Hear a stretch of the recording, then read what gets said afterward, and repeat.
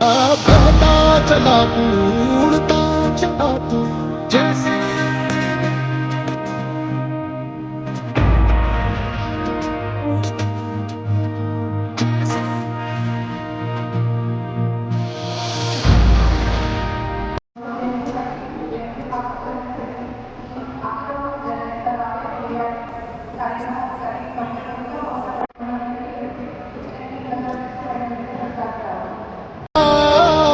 मंथन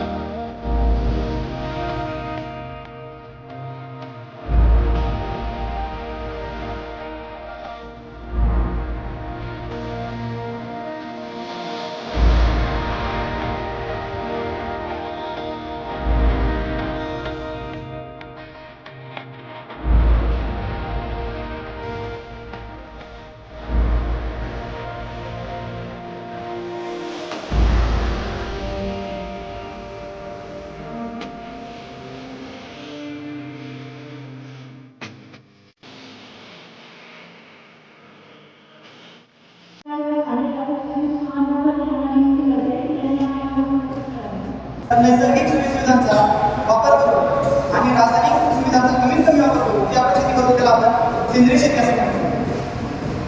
आता मग सेंद्रिय शेतीमध्ये आपण कोणती खते वापरू शकतो तर याच्यामध्ये शेणखत, कंपोस्ट खत, झाडांचा पालापाचोळा, गोमूत्र अशी विविध प्रकारची खते आपण वापरू शकतो. आंबा, चिकू, पेरू, केळी अशा विविध पिकांमध्ये आपण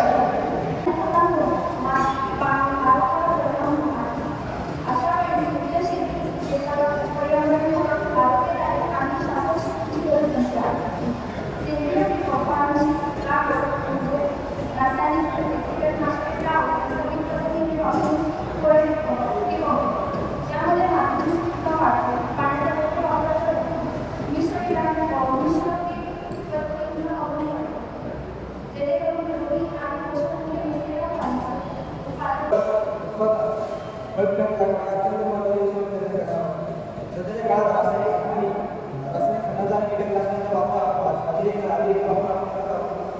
त्याच्यामुळे जमिनीची सुपीकता कमी होत आहे आणि उत्पादन खर्च वाढतो.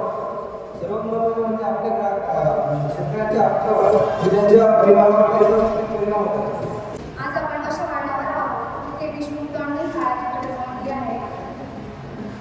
पिकांमध्ये रसायनांचा वापर कमी करून आपण केवळ जमिनीचे आरोग्य नाही तर त्या आमच्या आरोग्यही सुधारू शकतो. सध्याच्या काळात रासायनिक खते आणि कीटकनाशकांचा अतिवापर झाल्यामुळे मातीची सुपीकता कमी होत आहे, पर्यावरणावर दुष्परिणाम होत आहे आणि मानवी आरोग्य सुद्धा धोक्यात आले आहे.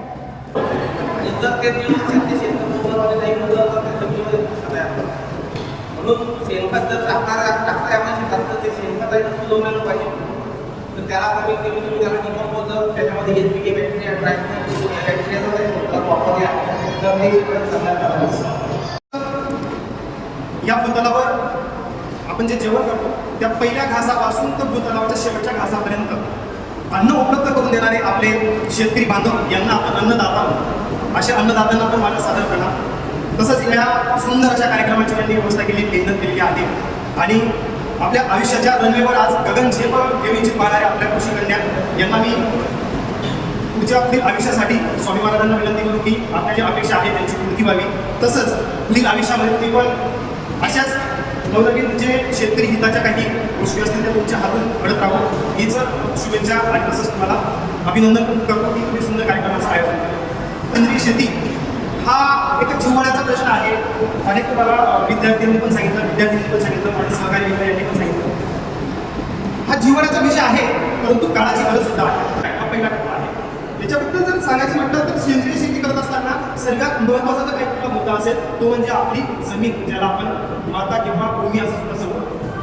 आता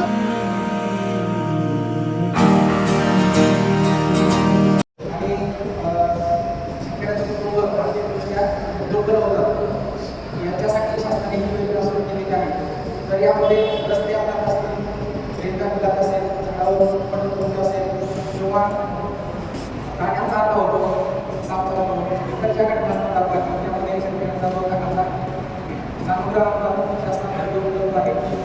यामध्ये दोन महत्त्वाच्या घटना कागदपत्र त्यावेळी जेव्हा घटना घडली तेव्हा आवश्यक असतात. शास्त्री धरतीकाला आहे की नाही नवलेलाचे त्यांनी काय म्हणालं जय जवान म्हणायचं माझ्या मागे जय जवान जय जवान आणि त्याच्या जोडीला आता जय विज्ञान राहिला जय जवान जय किसान आणि भारताचे माजी पंतप्रधान आदरणीय अटलजी वाजपेयी यांनी त्याला विज्ञानाची जोडली जय जवान जय किसान जय विज्ञान. आता नवीन एक जोडलेली आहे जय अनुसंधान. म्हणजे जोपर्यंत आपण विज्ञानाबरोबर अनुसंधान म्हणजे रिसर्च किंवा त्याचं कॉर्पोरेशन आपण त्या लक्षात घेणार नाही तोपर्यंत कृषी विभागाच्या योजना म्हणा किंवा कृषी संस्कृती म्हणा ती पुढे सरकणार नाही. फार्मिंग जी पारंपरिक शेती आधी शेतकरी करायचा हीच शेती आता करण्याची वेळ येते. तर हे कशामुळे वाढता रासायनिक खतांचा वापर वाढता पेस्टिसाईडचा वापर जो की आधी नव्हता आणि त्या पारंपरिक शेती करून शेतकरी उत्कृष्ट चविष्ट अन्न त्यावेळेस विकायचा आणि त्याला मार्केट रेट्सही त्यावेळेस डेव्हलप करायचे. परंतु आजच्या घडीला आधुनिकीकरण झालं रासायनिकरण वाढलं आणि वेगवेगळे पेस्टिसाईडचा वापर घेत आला म्हणूनच आपल्याला ती आज योग्य वेळ आलेली आहे की परत त्या सेंद्रिय शेतीकडे आपण डायव्हर्ट व्हावं आणि सर्व शेतकऱ्यांना त्यांना प्रवृत्त करावं की सेंद्रिय शेती कोणत्या पद्धतीने करायची. तर हे आज आलेले आहे.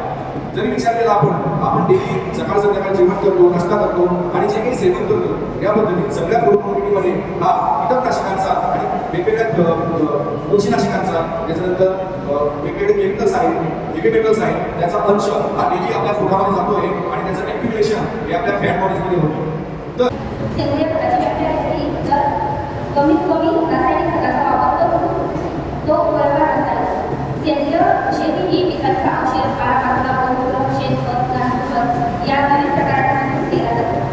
आज जर आपण काळात बघितलं आपण जी पिकांची फवारणी करतो जी केमिकल आपल्या याच्यात यूज करतो त्यानुसार आपण सांगितलं आहे कॅन्सर आजार होतो. तसेच यांचे वेगवेगळे आजार असतात PCOS कॅन्सर चॉकलेट स्टेज असे वेगवेगळे आजार असतात केमिकलने उद्भवतात. किंवा काही जणांना कुठेही व्यसन नसते परंतु त्याला सुद्धा एक मोठी गंभीर आजार उत्पन्न होतो. तो आजार कशामुळे होतो तर हे आपण आपल्या सेवनाने घेतो जेवणातून फळभाज्या पालेभाज्या याच्यामधून आपल्या शरीरामध्ये एक प्रकारचं बीज जाते आणि मग त्याच्यापासून आपल्या शरीराला मोठ्या प्रमाणाचा एक आजार निर्माण होतो. आता जो मोठा लहान वर्ग आहे तो ऑर्गॅनिक प्रोडक्ट खरेदी करण्यामध्ये त्यांचा कल आहे. त्याच्यामुळे पुढे जाऊन खरंच याला खूप मागणी येणार आहे आणि असं नाही की ऑर्गॅनिक जे प्रोडक्ट आहे ते त्याची मागणी जास्त असतात म्हणजे कॉस्ट त्या मागणी जास्त असतात. त्याच्यामुळे शेतकऱ्याला पण त्याचा फायदा आहे कुठेतरी आणि एक शेतकऱ्याने पण त्या शेती करताना एक पूर्णपणे नॉलेज गेन करणं हे खूप महत्त्वाचं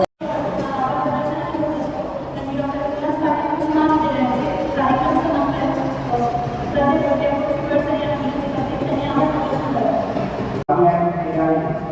ग्रामीण कृषी ग्रामोद्योग कृषी कार्यालय यानंतर आपण दरवर्षी आपल्या परिसरामध्ये वेगवेगळे उपक्रम राबवत असतो. त्यापैकी एक म्हणजे कृषी मेळावा देऊया पारंपरिक शेतीला देऊया आधुनिकतेची जोड पारंपरिक शेतीला देऊया आधुनिकतेची जोड नव्या तंत्रज्ञानाने देऊया सर्वच पिकाची जोड नव्या तंत्रज्ञानाने देऊया सर्वच पिकाची जोड देशाच्या क्षेत्रावर म्हणतो देशाच्या क्षेत्रावर म्हणतो आपल्या शेतीचा हिस्सा आणि शेतीचा हिस्सा आणि गावामध्ये आरोग्यामध्ये शेतकरी यांना वेगवेगळे मार्गदर्शन करण्यासाठी आम्हाला काही कार्यक्रमाबद्दल कृषी यांच्याही साधारण